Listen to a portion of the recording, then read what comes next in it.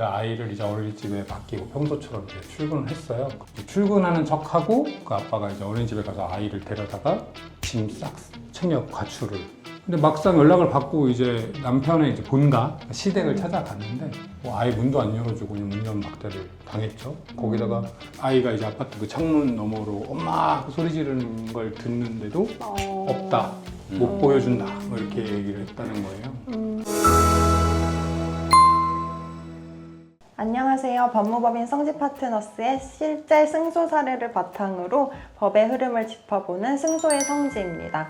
오늘도 제 옆에 대표 변호사님 두 분이 나와 계신데요. 인사 부탁드립니다. 안녕하세요. 김유택 변호사입니다. 안녕하세요. 강청규 변호사입니다. 네, 오늘은 양육권 관련해서 이제 소개를 좀 해드리려고 하는데요. 이제 엄마가 아이를 양육을 해왔고 아버지는 성매매 불법 촬영 전력 등이 있었는데도 1심에서 이제 양육권이 아버지에게 넘어갔던 그런 사건이 있었습니다. 그런데 이후에 이제 항소심을 진행을 해서 결과를 뒤집고 결국 엄마에게 양육권이 간 그런 사건에 대해서 소개를 해드리려고 하는데요. 그 아이를 이제 어린이집에 맡기고 평소처럼 이제 출근을 했어요. 출근하는 척하고 그 아빠가 이제 어린이집에 가서 아이를 데려다가 짐 싹 챙겨 가출을 해버린 거죠. 그러면 이거는 유괴가 되는 건가요? 그러니까 유괴라는 말을 이제 일반인들이 많이 쓰시는데 이거는 이제 법률 용어는 아니고요. 미성년 약취 유인. 근데 이제 얘가 미성년자니까 미성년자 약취 유인죄에 해당할 수 있는 행위입니다. 보통 이제 아이를 데려가면서 그 선생님들이 이상한 낌새를 느끼고 연락을 해주시는 경우가 좀 많아요. 근데 막상 연락을 받고 이제 남편의 이제 본가 시댁을 찾아갔는데 뭐 아이 문도 안 열어주고 그냥 문전 막대를 당했죠. 거기다가 아이가 이제 아파트 그 창문 너머로 엄마 그 소리 지르는 걸 듣는데도 없다, 못 보여준다 뭐 이렇게 얘기를 했다는 거예요. 뭐 너무 안타까운 얘기죠 사실.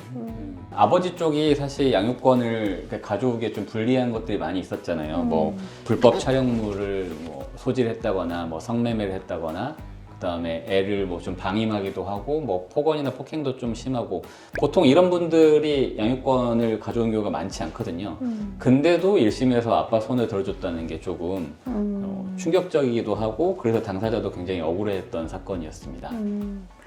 그러면 재판부에서는 왜 이런 아버지의 어떤 뭐 전력을 좀 가볍게 판단을 한 걸까요?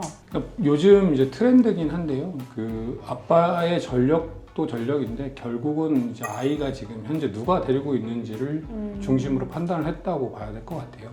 그러니까 이혼 소송이 보통 시작이 되면 끝날 때까지 최소 6개월에서 1년의 시간이 걸리거든요. 6개월에서 1년 동안 그 아이가 한 장소에서 어린이집을 다니고 학교를 다니고 이렇게 생활 반경을 만들면 그 이혼으로 인해 그 아이를 다시 뭐 전학을 한다거나 이런 상태를 최대한 만들지 않으려고 하는 경향이 좀 있어서 상대적으로 그 부분을 더 중시했다라고 봐야 되겠죠. 그래서 요즘에는 이혼 소송 중에 서로 탈취를 많이 하잖아요. 이제 법원에서 어쨌거나 오랫동안 양육을 하고 있으면 양육한 공경을 바꾸는 것 자체가 애한테 안 좋다고 해서 그쪽 손을 들어주다 보니까 서로 애들을 탈취하고 재탈취를 많이 해요. 너무 아이의 어떤 안녕과 복리를 생각하면 그러니까 사실 저는 그 부분에 대해서 좀 법원에서 좀 페널티를 줘야 된다고 생각하는 입장인데 그냥 법원이 지난 일에 대해서는 뭐 그렇게 크게 뭐 페널티를 준다거나 이렇게 안 하기 때문에 요즘 그런 일이 더 많이 생기는 것 같아요. 그러니까 그래서 뭐 어린이집을 안 보낼 수도 없고 계속 데리고 있을 수는 없는데 놀이터에서 놀고 있는 애를 데리고 가는 경우도 많이 있거든요, 요즘에. 실제로 어린이집 그러니까 하원할 때 그런 일이 좀 많이 생기는 것 같아요. 그래서 유독 하원을 누가 데리고 가냐라는 거에 대해서는 좀 사전 고지를 해달라고 한다거나 약간 예민한 그런 일들이 실제로 있는 것 같더라고요.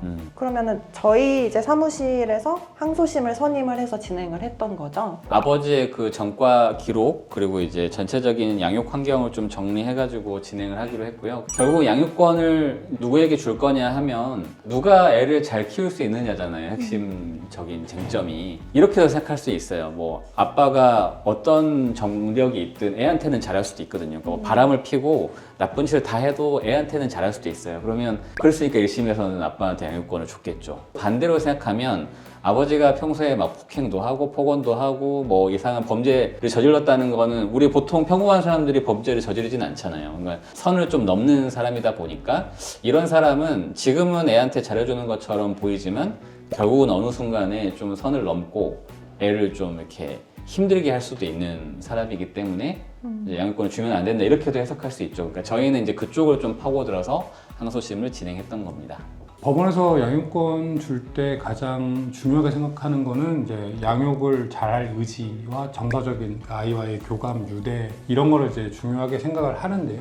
아이가 어리면 어릴수록 엄마가 양육권을 뺏기는 경우는 사실 좀 많이 드물어요. 드물죠. 네, 사실 남자한테 굉장히 불리한 싸움인데 특이한 특이하고 희귀한 사건이죠. 그러니까 엄마가 바람을 폈는데도 불구하고 그 아이의 양육권을 가졌다 이런 걸로 흥분하고 분노하고 이러던 시절도 있었잖아요. 그렇게 부도덕한 사람이 어떻게 애를 잘 키울 수 있느냐 이렇게 생각을 했기 때문에 이제 양육권을 안 줬는데 지금은 좀 별개로 판단하는 것 같아요. 실제로 아이의 정서적 유대나 이런 거를 강조하게 되고 그게 조금 더 극단적으로 가서 지금 누가 아이를 들고 그렇죠. 있는가까지 지금 온 상황인데 쉽게 말하는 표현이 주양육자라는 표현을 많이 쓰는데 엄마가 주양육자냐 아빠가 주양육자냐 이걸로 판단을 해야 됨에도 불구하고 주양육자가 아니다가도 이혼 소송하면서 갑자기 아이를 탈취해서 주양육자의 모습을 만들면 주양육자로 취급되는 이런 건 좀 문제가 많다. 다소 좀 형식적인 판단이라는 생각도 좀 들고요.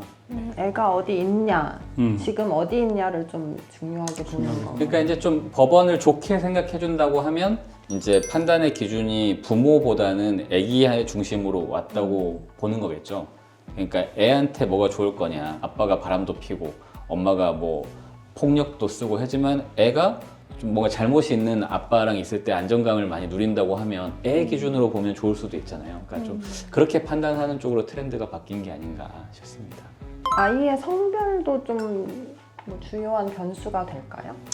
뭐 없다고 할 수는 없을 것 같아요. 정확하게 딱 기준을 나눌 수는 없지만 초등학교 저학년까지는 남자 여자 할 거 없이 다 엄마 쪽이 좀 유리하고 양육권을 받는 게 초등학교 고학년 이후부터는 사실 남자아이는 아빠가 받을 가능성이 상당히 높아지고요. 만 14세가 넘은 자녀의 경우에는 사실상 거의 90% 이상 그 아이의 의사에 따라서 양육권을 결정하게 됩니다. 가장 큰 문제가 그러니까 결국은 그거죠. 누가 주양육자인지를 아이의 입을 통해서 판단하는 건 만 14세는 돼야 돼요. 만 14세가 중학생 이상이라고 중학생 봐야 정도 되거든요. 돼야 되는 거죠.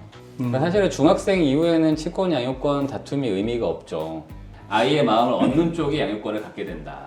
게임 같은 거 원래 시키면 안 되는데 양육권을 가져오려고 청소년인 아들한테 게임을 시켜주는 사람도 있어요, 요즘에는. 그러면 이제 애가 아까 혹해가지고 아빠 그렇죠. 쪽으로 가겠다. 근데 이제 그게 애의 어떤 진술이 중요하기 때문에 그런 거거든요. 그럼 이제 항소심 진행하는 동안 사실상 엄마가 아이한테 가서 면접 교섭을 진행을 하는 거잖아요. 이 사건에서. 네, 이 사건에서. 그렇죠. 그러면 좀 많이 여러 가지 어려움이 있었을 것 같아요. 그러니까 왕복 4시간을 걸리면서도 계속 면접 교섭을 했었어요. 그러니까 엄마가 굉장히 좀 아기를 많이 생각하고 희생을 그렇죠. 많이 한 거죠. 의지가 있어야. 네. 그래서 저희는 이제 좀 꼼꼼하게 엄마가 이동했던 동선 기록이라든지 뭐 이렇게 통화 내역이나 방문 일지 이런 것들을 좀 증거로 제출하면서 진짜 오랜 기간 동안에 그렇게 희생하면서 애를 보러 다녔다 이 부분을 많이 강조했었죠. 그래서 결과는 이제 뒤집혀서 양육권이 이제 엄마한테 다시 돌아온 거고 1심에서는 사실 아빠한테 아이가 있어서 그 부분을 중점적으로 봤는데 항소심에서는 그만큼 아이가 아빠랑 있었던 시간은 길었음에도 불구하고 이거를 뒤집은 거니까 사실 굉장히 많은 좀 노력이 필요했을 것 같아요. 이거를 뒤집으려고 하면은. 결국은 뭐 증거가 참 중요한데 그 결국 아이와의 유대나 정서적 뭐 이런 게 추상적인 말이지만 그런 거를 간접적으로 입증할 수 있는 사진, 아이랑 서로 통화하는 통화 녹음, 뭐 카톡, 대화 내용. 저희도 이제 의뢰인하고 얘기를 하다 보면 이분이 양육에 진심인지 아닌지를 금방 눈치챌 수 있죠. 디테일이나 이런 부분들이 결국 진심을 드러내는 간접적인 증거들이라 조금 좀 더 진심이라고 저도 생각을 하고